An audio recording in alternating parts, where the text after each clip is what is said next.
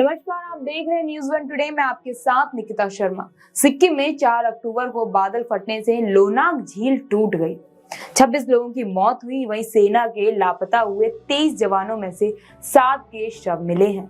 15 जवानों समेत 143 लोग अभी भी लापता हैं। सिक्किम जोन में 4 और 5 में आता है, यानी यहाँ भूकंप का खतरा काफी ज्यादा रहता है।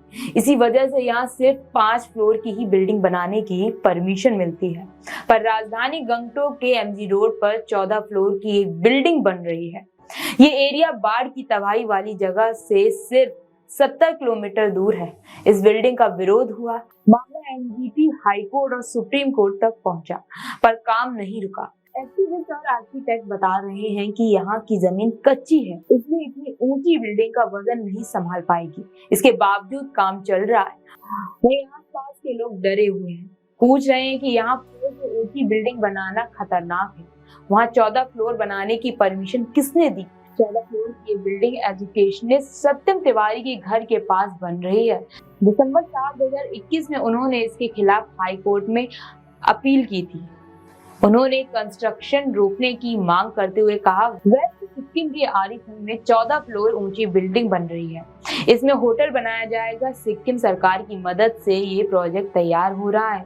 सत्यम तिवारी कहते हैं कि सिक्किम का ये इलाका सिक्किम जोन 4 यानी भूकंप की तीव्रता वाला एरिया है। ऐसे में इतनी बड़ी बिल्डिंग आसपास के लोगों के लिए बड़ा खतरा हो सकती है। सिक्किम देश में सबसे ज्यादा लैंडस्लाइड वाला इलाका है। अगर ऐसी कंस्ट्रक्शन नहीं रोके गए तो सिक्किम में बड़ी आपदा आ सकती है। हाई कोर्ट में जो अपील दाखिल की गई थी उसमें चिंता जताई गई है कि ड्रिलिंग और बिल्डिंग के वजन से निचले आरिथंग इलाके की जमीन सिंक हो सकती है। ऐसे में ही कंस्ट्रक्शन की वजह से उत्तराखंड के जोशीमठ में जमीन धंसने लगी थी। सत्यम तिवारी बताते हैं कि बिल्डिंग की वजह से बगल से गुजरे रहे इंदिरा बाईपास रोड पर दरारें दिखने लगी हैं। सत्यम बताते हैं कि हाई कोर्ट में मेरी अपील नहीं सुनी। कोर्ट ने कहा कि अभी बिल्डिंग का काम शुरू नहीं हुआ है, ऐसे में आपके दावों को हम स्वीकार नहीं कर सकते हैं। पर अब तो बिल्डिंग तैयार हो गई है। इस मामले में डॉक्टर बीना बेस्नेट ने नेशनल ग्रीन ट्रिब्यूनल कोलकाता में याचिका दायर की है। डॉक्टर बीना कहती है कि इस बिल्डिंग ने सिर्फ हमारी जगह ही नहीं ली है, बल्कि हमारे देवता कंचनजंगा को भी हमारी नजरों से दूर कर दिया है। ये राइट टू लाइफ में दखल का मामला है। आसपास के लोग बताते हैं कि जिस जगह 14 फ्लोर की बिल्डिंग बन रही है वहां पहले से सरकार का स्कूल था। एमजी रोड, लाल बाजार और आरिथंग के आस रहने वाले बच्चे यहाँ पढ़ने जाते थे। 90 के दशक में स्कूल की जगह टैक्सी स्टैंड खुल गया। टैक्सी स्टैंड बना तो लोगों के साथ ही टूरिस्ट के लिए भी सहूलियत को हो गई। बाद में टैक्सी स्टैंड को भी हटाकर बिल्डिंग का काम शुरू कर दिया गया। डॉक्टर बीना की एनजीटी में दायर याचिका खारिज हो गई, लेकिन सुप्रीम कोर्ट ने एनजीटी को फिर से इस मामले पर विचार करने और जांच कराने का निर्देश दिया है। डॉक्टर बीना बताते हैं कि सिक्किम सरकार के जियोलॉजिकल एंड माइंस डिपार्टमेंट में 5 फ्लोर तक की बिल्डिंग की परमिशन मिलती है। ऐसे में सवाल उठता है कि 14 फ्लोर की बिल्डिंग कौन से नियमों के तहत बनाई जा रही है।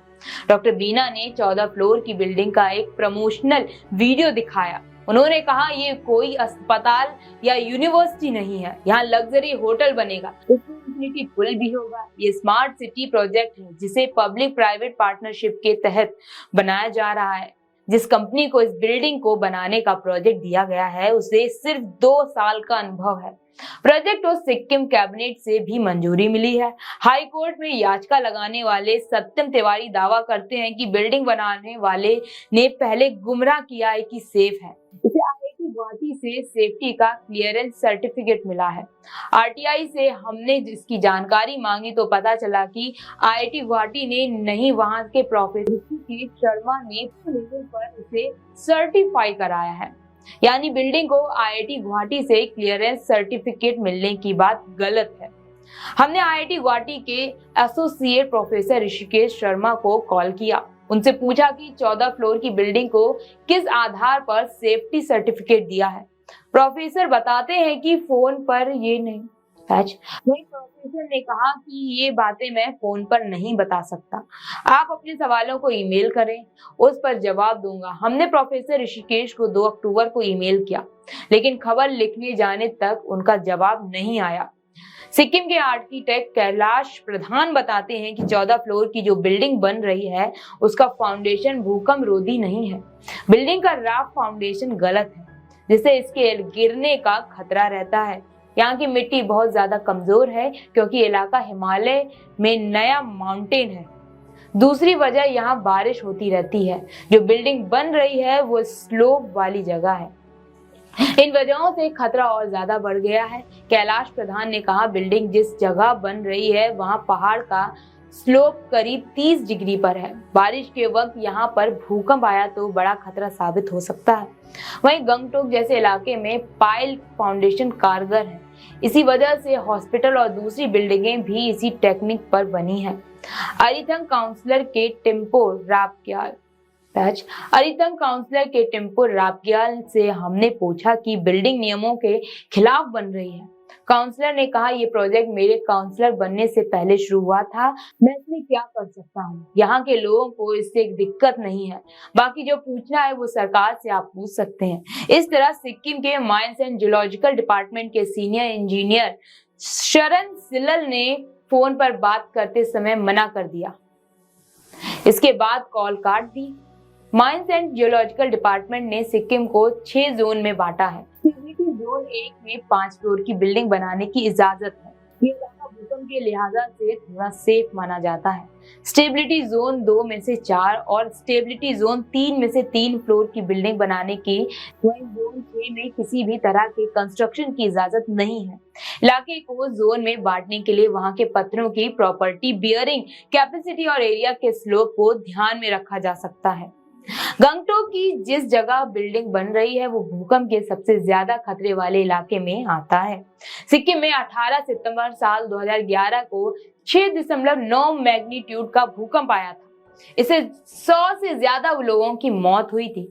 राज्य में तब काफी ज्यादा तबाही हुई थी। इससे पहले 1997 में गंगटोक में बादल फटने से काफी ज्यादा नुकसान हुआ था।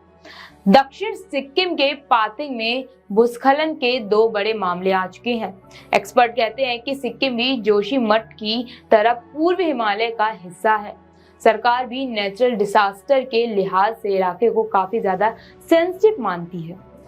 ये इलाका देश में सबसे ज्यादा बारिश वाला है। लैंडस्लाइड और बाढ़ का यहाँ पे काफी ज्यादा खतरा बना रहता है। उम्मीद है आपको ये जानकारी काफी ज्यादा अच्छी लगी होगी। ऐसे ही और वीडियो देखने के लिए आप हमारे चैनल को सबसे पहले सब्सक्राइब कीजिए। वीडियो को लाइक, कमेंट, शेयर करना ना भूलिएगा। देखते रहिए मेरे साथ न्यूज़ 1 टुडे।